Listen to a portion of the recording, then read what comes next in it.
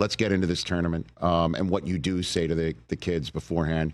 If I may have the temerity to suggest at all about what to say here to your fellow Charges, Dusty. The 5 seed, what the heck? Do you play that card? Do you play the card of the teams that we beat in the tournament, got seeded higher? Do you play the people don't believe in us card with the Wolverines? The guys have obviously heard that. It's been such a popular pick for the first round upset, probably the most popular from what we've heard. But to be honest, we talked about it from the angle of UCSD. Danny Wolf was at Yale last year. Myself, Vlad, and some of the other staffers were at FAU playing high majors. So we talked about it from the perspective of UCSD. And then we talked about what we felt like the high majors were going through as we were playing them, as far as them feeling the pressure as the higher seed, as the team that was supposed to win versus the team that has nothing to lose. And so we chose to go into this tournament with a high level of confidence, but we do have to play with the same edge we played the Big Ten tournament defensively and whatnot. But we also are going into it that we're not afraid to fail. We're not going to be the higher seed that's terrified of what happens if they get a 5-point lead or whatever the case. We're just going to continue to play with poise, aggression, and trust that the results will be there. Interesting. So you're saying you're talking to the kids, and the kids are talking about they're the ones that used to have the slingshot in their hands and know how powerful that is going into a game. And now that they're, if you will, the Big Ten champion tournament Goliaths, watch out and don't take it for granted. Like, that's the way you're looking at it here? That's been our messaging so far. For example, at FAU, we felt like when all the Power 5 teams, when it got close down the stretch, we were much looser than them. I'm not saying they were tight, but I felt like we were loose, aggressive, and confident. And then when we played FDU, when the arena turned and they became the fan favorite and they became Cinderella, our guys for a little bit seemed a little bit tight, and FDU played looser. So in a limited experience, we felt like that. But that's also what Danny and Danny Wolf's team played Trey Donaldson's team, Auburn versus Yale last year. So they both talked about what they felt in their locker rooms and what they felt in those moments.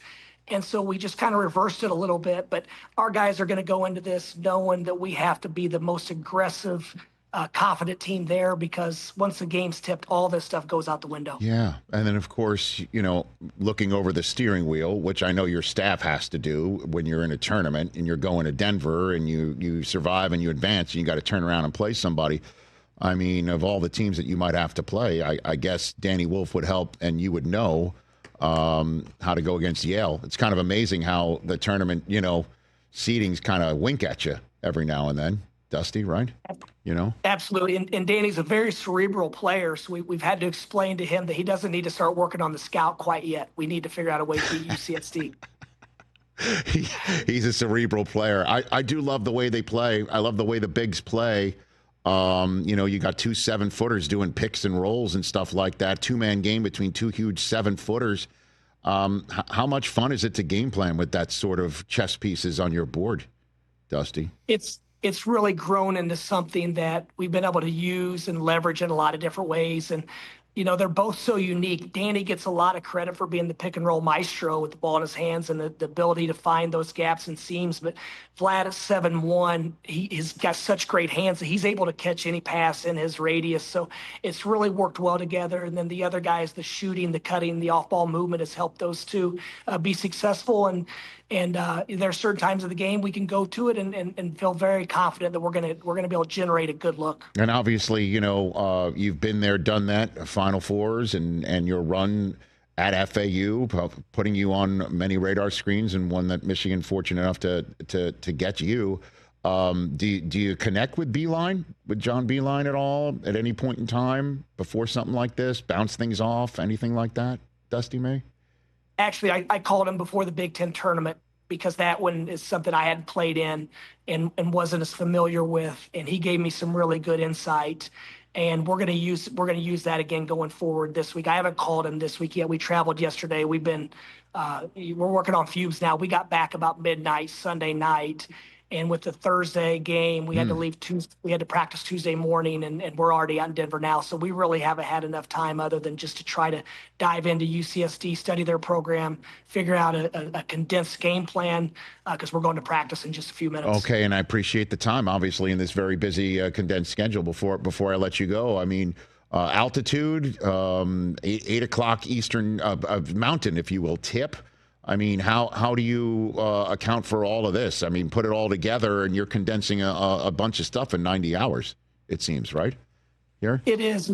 And just like UCSD, we have a very veteran group that knows how to play basketball, and they play out of concepts most of the time. And so we're trying to figure out what matchups to go at, and more importantly, how to take care of the basketball. They're one of the best in the country at forcing turnovers, and we've been loose at times. As far as the altitude, I think we have a real advantage being 880 feet above sea level in Ann Arbor versus the coast of San Diego. So we'll see how that plays out. That's right. You got 2 7-footers. They know about altitude, just walking around life. You know, I got it.